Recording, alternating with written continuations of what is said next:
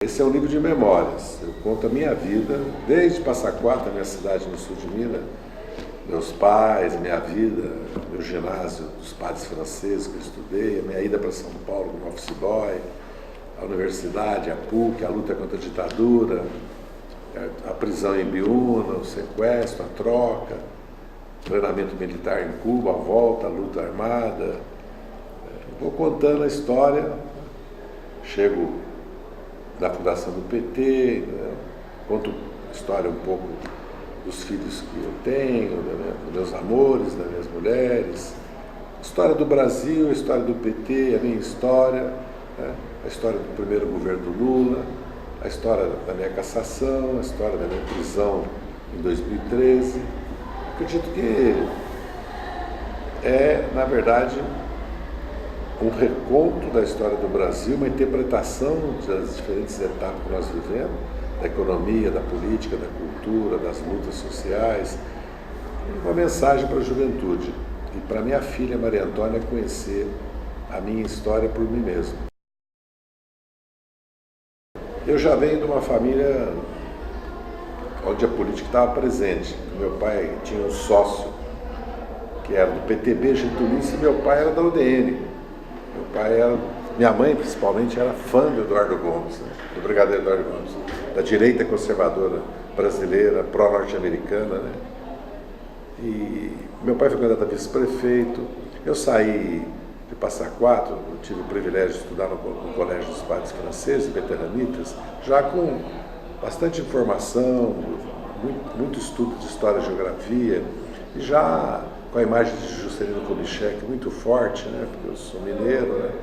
E também do getulismo. E eu cheguei em São Paulo, fui trabalhar de office boy, almoxarifado, arquivista, fui aprendendo várias atividades no escritório, né? E fui estudar no Colégio Paulistano. E lá nós organizamos um grupo, quer dizer, eu já era a favor das reformas de base, já tinha votado não porque eu não era eleitor, mas tinha assim, apoiado o Freitas Nobres, que era um socialista, né? Vice-prefeito de São Paulo, né? Você votava em vice-prefeito naquela época, né?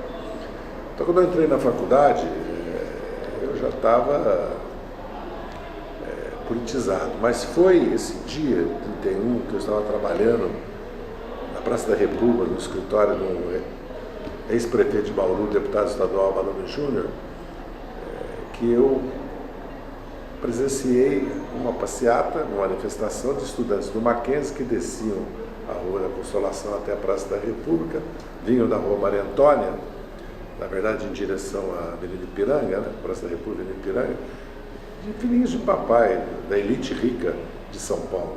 E ali eu me dei conta de que lado estava o golpe e de que lado eu estava, porque eu era um assalariado, pequeno assalariado, estudante. Muitas vezes eu ia a pé na escola, morava em pensão, e eu estava certo.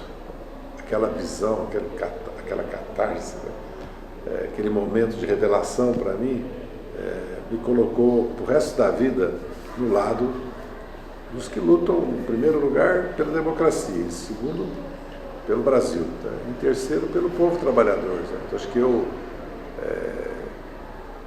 sou parte desse fio da história, né, que o PT depois é herdeiro e resgatou também. Porque foi o Paulo Vanucci e o Frei Beto que me levaram a São Bernardo. Eu me lembro muito bem onde eu conheci o Lula.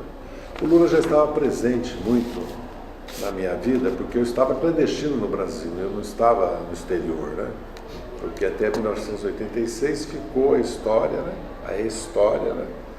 Que eu tinha vivido 10 anos em Cuba exilado, mas na verdade eu voltei para o Brasil em 71, 72 e voltei em 74 até 79. Eu saí clandestino em 79 e voltei, saí em outubro, se não me engano, e voltei dia 19 de dezembro já como anistiado.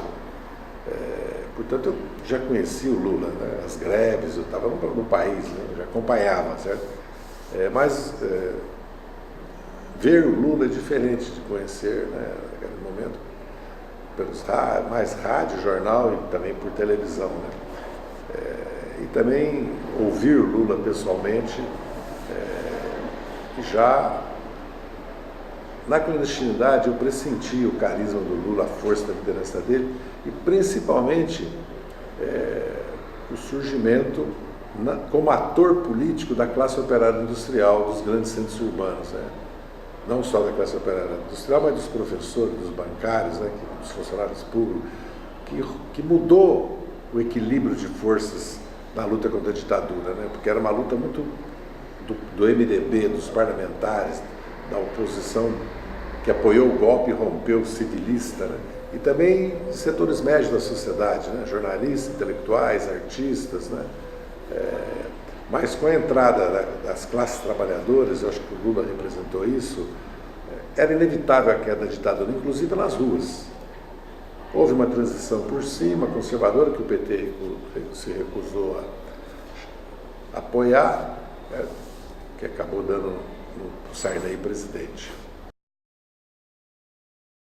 É a juventude que nós estamos vendo agora nas ruas pedindo a liberdade, justiça e Lula livre. E a juventude que agora começa a ocupar as praças, as ruas do Brasil, visitar as casas pedindo voto para Haddad e Manu. É uma juventude que ou os pais ou ela mesma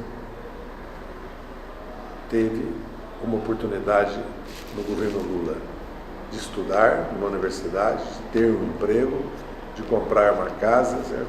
De melhorar de vida, de ter acesso a melhores condições de vida, seja no saneamento, seja na saúde, e que viu o Brasil crescer, viu o Brasil se orgulhar de si mesmo, viu o povo com autoestima, com esperança, e viu a presença do Brasil no mundo, viu como o Lula era uma liderança. Certo? Essa memória, esse legado do Lula, certo? É que trouxe essa juventude para a política, para o PT, não só para o PT, para outros partidos, mas também está renovando o próprio movimento estudantil. E espero que renove também o movimento sindical. Sem dúvida nenhuma, é para dialogar com ela, ouvi-la, né, trabalhar com ela, compreendê-la e transmitir a minha experiência. O que eu tenho é mais experiência, porque eu sou um sobrevivente, talvez eu seja um caso único de um militante da esquerda que atuou em tantas frentes, em tantos momentos, em tantas etapas. Pode-se dizer que entre 68 até hoje, mas particularmente a partir de 79, todos os principais eventos do país eu participei. Né? Participei como ator, né? Seja como presidente do PT, seja como deputado, depois seja como ministro, antes seja como na clandestinidade, como líder estudantil. Sempre participei na anistia, entendeu? Sempre participei e procurei contribuir para essas lutas, né? E sempre procurando ampliar as lutas, fazer alianças, dialogar e construir estratégias políticas de luta e programas de governo, né?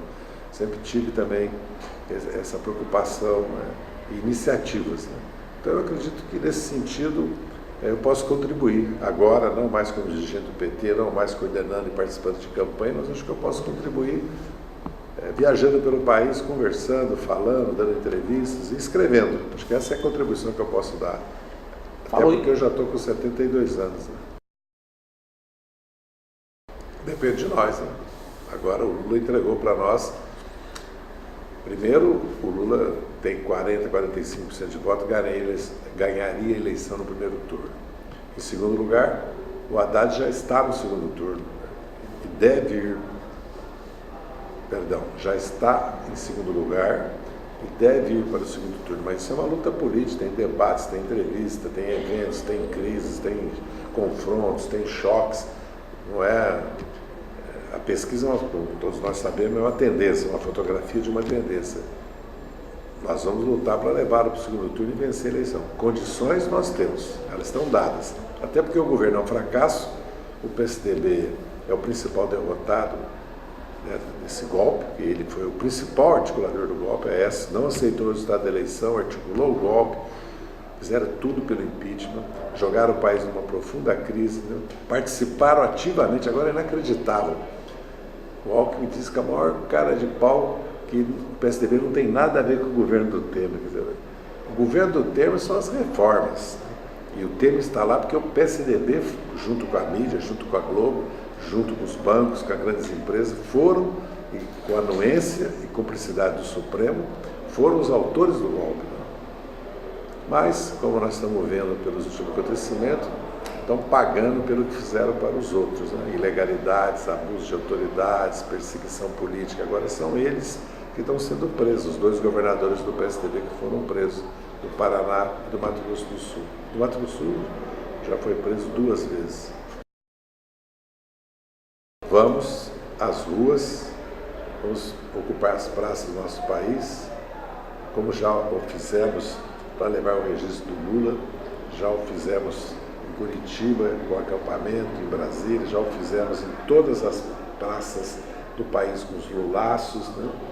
Vamos às ruas eleger Haddad e Manu, certo? Vamos resgatar o legado de Lula e vamos colocar o Brasil de novo, primeiro, no caminho democrático, porque foi uma ruptura do pacto social, do pacto constitucional, democrático, o golpe parlamentar judicial de 16.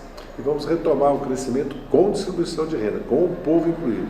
E vamos superar a crise, mas todos pagando um preço para superar essa crise. Os ricos pagando mais e os pobres pagando o mínimo. E preservando os investimentos sociais, os serviços sociais. O Brasil pode e sairá da crise, mas é preciso fazer reformas e as elites do país têm que contribuir. É preciso que elas paguem mais imposto, é preciso que os juros sejam menores, que elas ganhem menos no rentismo, certo? E é preciso mudar a estrutura política do país para que tenha uma democracia que não permita de novo um golpe como o de 16. E isso só é possível com o povo participando, com força política e social, não só parlamentares, que são muito importantes, governos, que é importantíssimo, mas com o povo organizado, consciente, para impedir retrocesso como o de 16 e governos como o do Temer. Essa é a minha mensagem, uma mensagem de luta e combate.